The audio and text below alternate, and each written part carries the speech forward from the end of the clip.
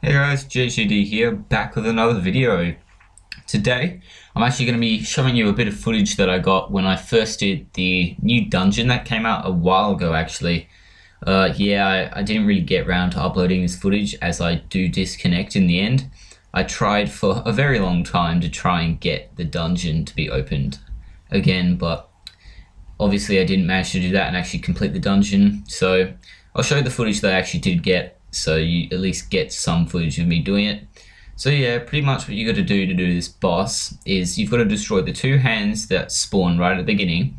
You've got to kill them both within a short time span, otherwise they respawn. Once you kill both of them without the other one respawning, you can then do damage on the boss. The boss deals quite a lot of damage actually. In fact, a lot of the stuff in here does armor breaking damage with pretty high hits, so I probably wouldn't try and take a shotgun from this guy. Yeah, as you take a lot more health off him, he'll spawn these little guys that run around, as well as two hands that like start running towards you and spawn paralyzing bullets. They don't do that much damage, so you shouldn't have a problem with them unless you are getting raped by other things at the same time. Lava will spawn on the floor as well. It will despawn, so you've got nothing really to worry about besides dodging for a specific amount of time. So as you can see, now we're doing the hands again. It took us a while to actually get both of the hands dead.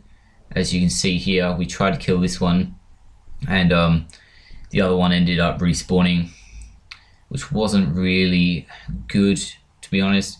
So yeah, we eventually got the hang of it and then managed to do it.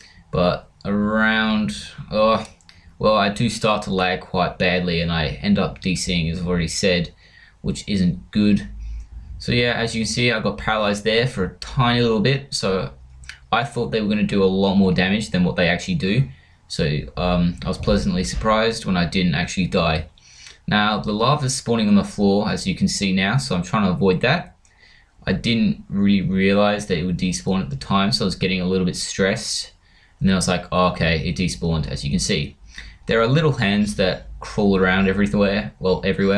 They don't really do that much damage. They're not really that much of a threat to you. Just try and avoid them and avoid their shots, as everything in this game.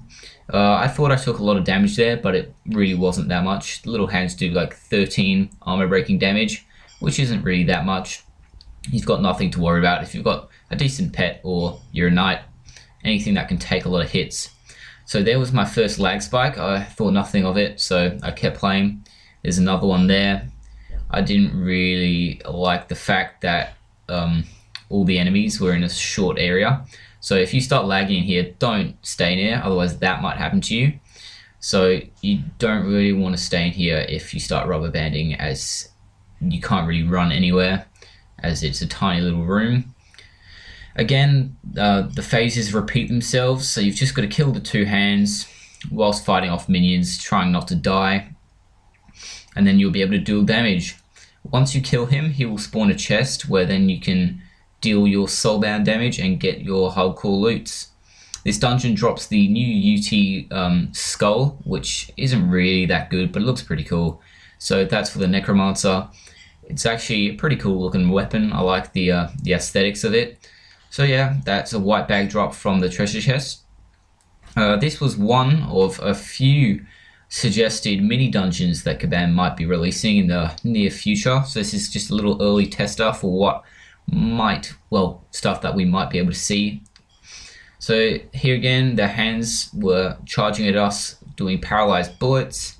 Just avoid those. Try not to get stuck where these heads that shoot 70 damage bullets do. So try and avoid them or kill them as fast as possible.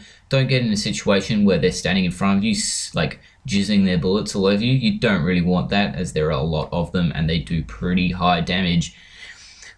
When these hands attack you, if you're in a decent group, I guess you can kill them pretty fast, so they're not really that much of a threat.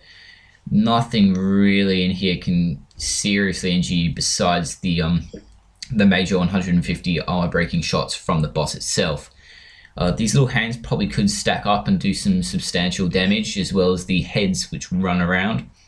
Everything's just miniaturized versions of the actual boss which just run around. And as you can see here, I start to lag and the boss starts to fight, so I disconnect. So yeah, it wasn't really that good, but hope you guys liked the footage and what little tutorial I could give you. Thank you for watching, guys. Like, comment, subscribe for more, and I'll see you in the next one. Peace.